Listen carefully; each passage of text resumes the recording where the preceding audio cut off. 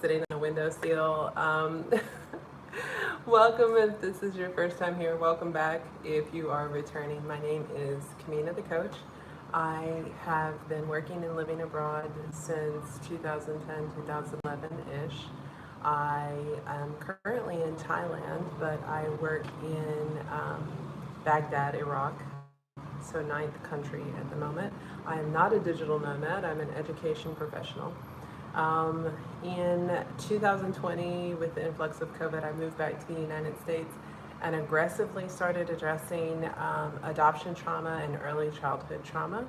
And September of 2022, I was able to move back overseas.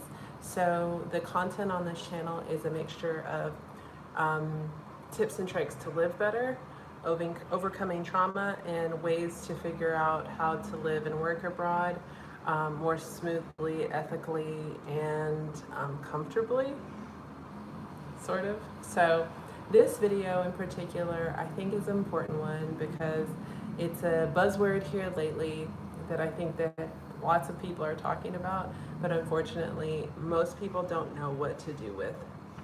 So I am not a licensed professional, but because I have spent so many years and so many hours of studying, I do have a plethora of information from tons of different sources about trauma work, healing trauma, sources of trauma, adoption trauma, CPTSD, attachment styles, all that good stuff. So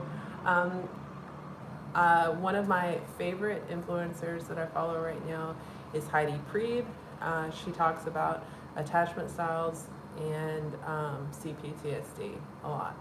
I also love Brene Brown, a vulnerability researcher.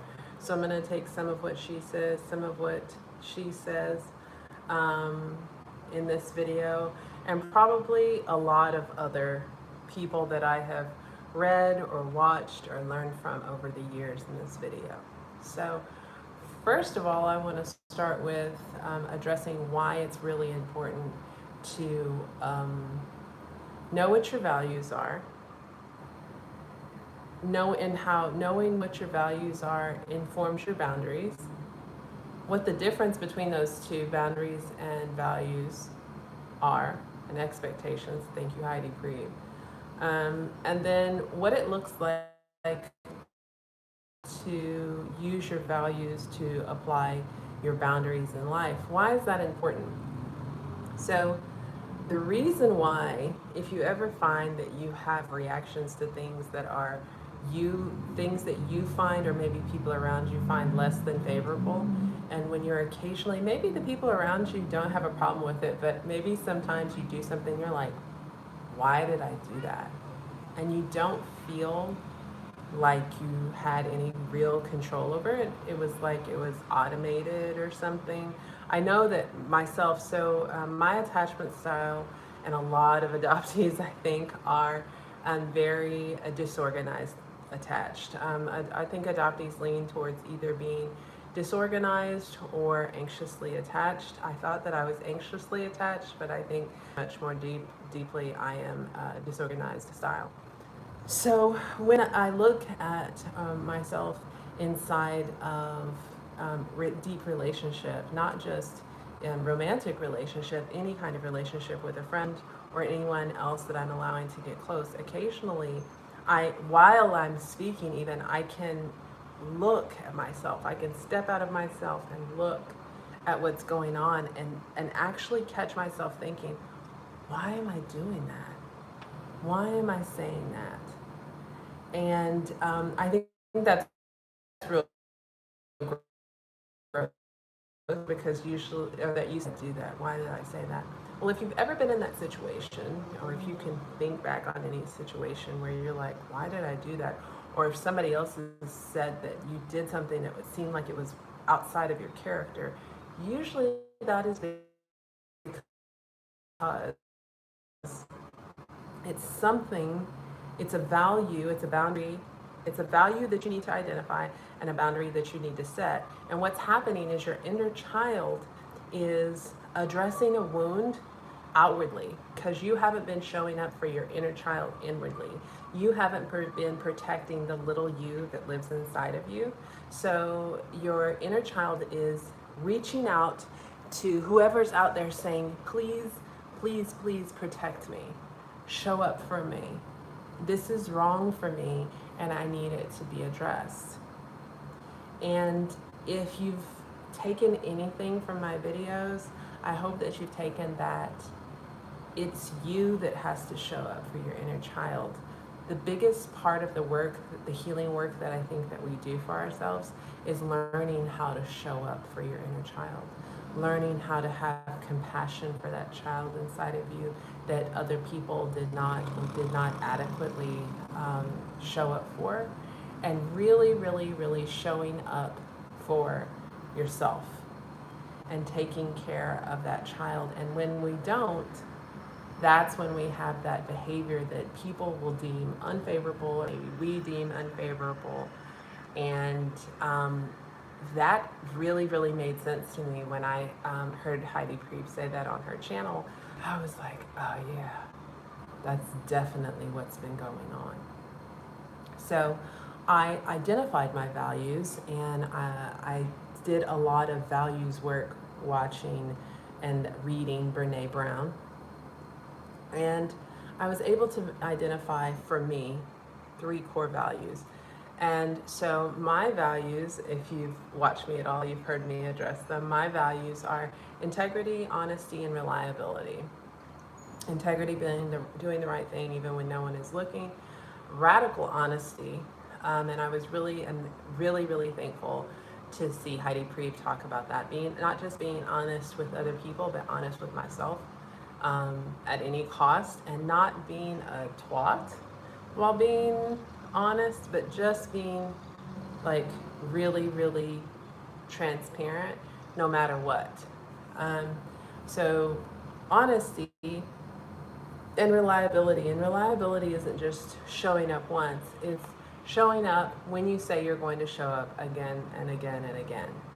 That's what reliability is. And so those are my 3 values that I've identified. And those are the things over time that I've been able to identify that really, really trigger me when people don't seem to share those same kind of ideals. So in other words, that's what's causing my inner child to scream out. And it would make sense for adoptees. So I am a transracial adoptee, obviously a Black girl adopted by white people. Transracial means adopted by somebody of a different race. I'm an LDA, late discovery adoptee. I didn't find out until I was 32. So a lot of adoptees have this issue around trust. So if you're adopted, it makes sense that one of your values might be honesty. So that is a big one for me. So as we get older, I'm 44, as we get older, it becomes really difficult to make and keep friends, especially if you've got any kind of CPTSD. So I want to move into what does it look like having these values show up as boundaries. So I can't expect, so back up. So I was attempting to make a new friend, somebody who shares the same personality type as me, somebody who's also an alternative thinker, sees the world a bit differently, and also somebody who shares my personality type, which is pretty rare. I'm an INFJ. So I was attempting to make friends with this person, and I struggle with making friends with people who don't just kind of intuitively get it. And I think most people after a certain point in life struggle to make friends. So I was really excited to meet this person in a non-romantic sense, and we're trying to establish a friendship. And I let them know right in the beginning, these are my values that inform my boundaries. And what that means is, if I don't see that we share these values, I'm going to have to take a step back. And that's what that looks like for me. So boundaries are what I'm going to do. Expectation is what you're going to do, or what I think that you're going to do, something we set together, but boundaries are mine, right? So I voiced my boundaries, and the person said, I voiced my values, and the person said, yeah, that makes sense. It makes sense that integrity, honesty, and reliability are great values. There was no real agreement that this person also shared these values, but the person acknowledged that they heard and that they understood, and that is setting the boundary. I said, these are my values, these are my boundaries. If I don't see that somebody shares that, then I have to take a step back. So in the process of getting to know each other, I shared that my two largest traumas right now that I'm working through are adoption trauma and racial trauma. And those are two really, really big ones for me. And so this person is also a Black woman. So we can share that, a Black American woman, so we could understand and we can share that understanding of racial trauma. However, she's not part of the adoption triad.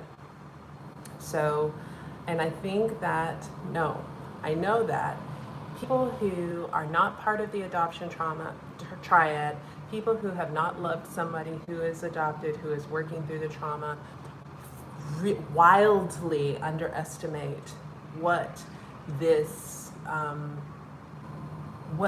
singular life-altering act does to us. And so, and she's a therapist. So really disappointing. I have had several therapists do more harm than good, but she's not my therapist. She's just somebody who is a potential friend. And so in the process of talking, I've already addressed that, these are my boundaries. My big traumas I'm working through are racial trauma and adoption trauma. And so then she shares with me that she has a friend who has a child that she hasn't shared that is adopted with the child. And I'm immediately in an emotional flashback. My heart's racing, my palms are sweating, and I'm like, I can't do this. My palms are sweating now. My palms got red just talking about it. So I am a very rational person until my emotions come online. So this is a big part of a disorganized attachment style. It's hard to keep your emotions online. It's hard to keep your intellect online when your emotions come online. Part of healing that for me is being able to recognize that I don't have to address this situation in this moment. So I did give a little bit of feedback about how I felt about that situation. In as calm a way as possible, I said that, I feel like that is abusive to not share with a child that they're adopted. And her response was that she did not believe that was abuse because the child's not being hurt. And I had to leave it. I had to leave it for over 24 hours. And what I'm really, really thankful for is a community that I can reach out to. So I belong to a community of intercountry adoptees. And I have a really amazing transracial adoptee friend who's also an intercountry adoptee. And so I reached out to the community and I reached out to my friend. And I'm like, after I took some time to sit with myself, and I'm like, wrong, wrong, wrong, wrong, poo, poo, poo, poo. I'm like, but I knew that I was an emotional flashback. So I knew that, number one, it wasn't something I needed to make a decision about right that moment. Number two, I know that I'm healing a disorganized attachment style, so it's very hard to keep my rational brain online while I'm feeling emotional. Number two. Number three, I'm able to recognize that one of my values is being violated here, but I'm kind of in the process of gaslighting myself because I'm not entirely healed where my attachment style comes on. And so I was totally gaslighting myself. Maybe I'm overreacting. So I reached out to my TRA friend, reached out to my community online. I'm like, hey, this is what just happened. Do you think that not telling your adopted child that they're not adopted is abuse? And it was 100% unanimously, yes, it's abuse. Now my friend, because she's my friend, was a little more gentle, and she actually was very therapist style. She was like, what does your intuition say? I was like, high five, you're awesome. She was like, this isn't immediate. You don't need to address this right this moment. But what does your intuition say? What does your gut say? And I needed to wait a little bit longer, and I needed to wait until my nervous system calmed down a little bit more. Calming, coming to myself, being able to really tap into my values. And tapping into that honesty value. And the fact that, so I have had friends in the past who I've been friends with since elementary school, and I had to part ways with this person because she had a child who I believe she was putting in a abusive situation. And we've been friends since elementary school. And so it was quite painful to it actually wasn't painful because I immediately knew it was the right thing to do, because either I had to report her or I had to stop being friends with her, because I couldn't sit back and watch the child be in this abusive situation. She was being abused by the man that she had had a child with, and the man was doing it in front of the child. And so it's interesting that we immediately say, oh, that's abuse. But we don't really, but because people don't know anything about adoption trauma, they don't immediately acknowledge that not telling a child that they're adopted. Am I live? Am I counting? Are we counting? Okay, we're counting. Okay. So yeah, so my community was like unanimously, hands down, this is trauma. Hands down, this is trauma. Once I was able to bring my values back online, my logical brain with my emotion to me that somebody in this, and that I gathered my thought. I left a very rational, calm message about why I felt that that was wrong, and why that carrying on that relationship with her would be wrong, because it's a violation of my value system. And that's what adhering to your values and applying boundaries looks like. I don't think that there was a resolution to that. Relationships are about rupture and repair, but having to explain that kind of truth to someone is the reason why I've left many therapists, the reason why we need more adoption-informed therapists, the reason why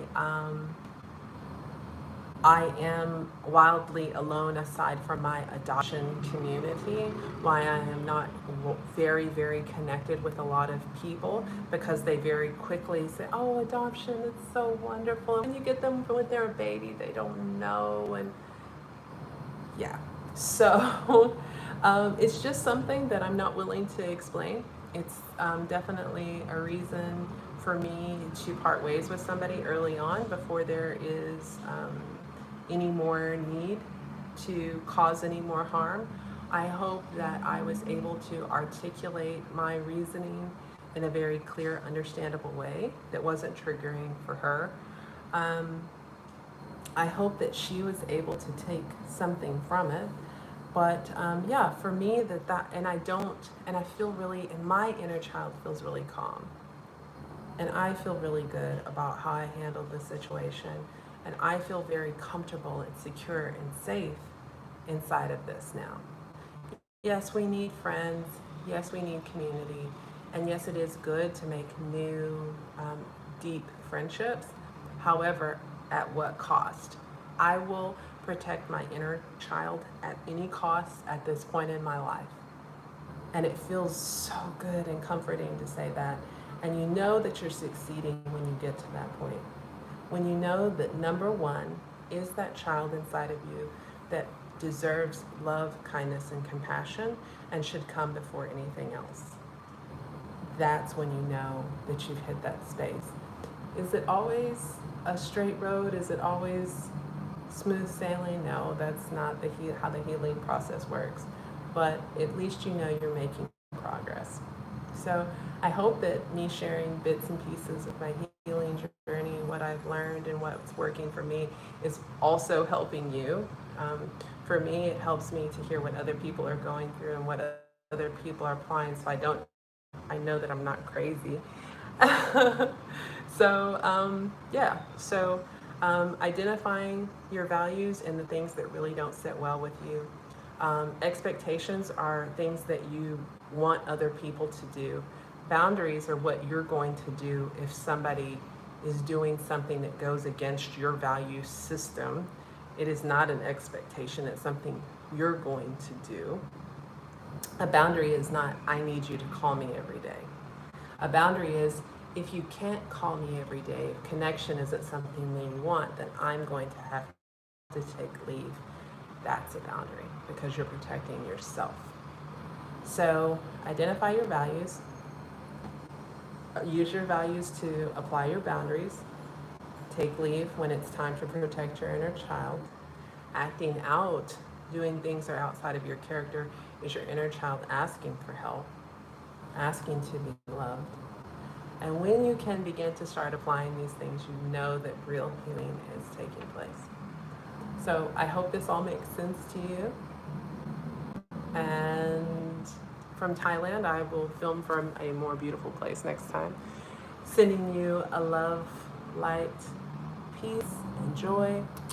Until next time, I am Kamina the Coach, and I'm out.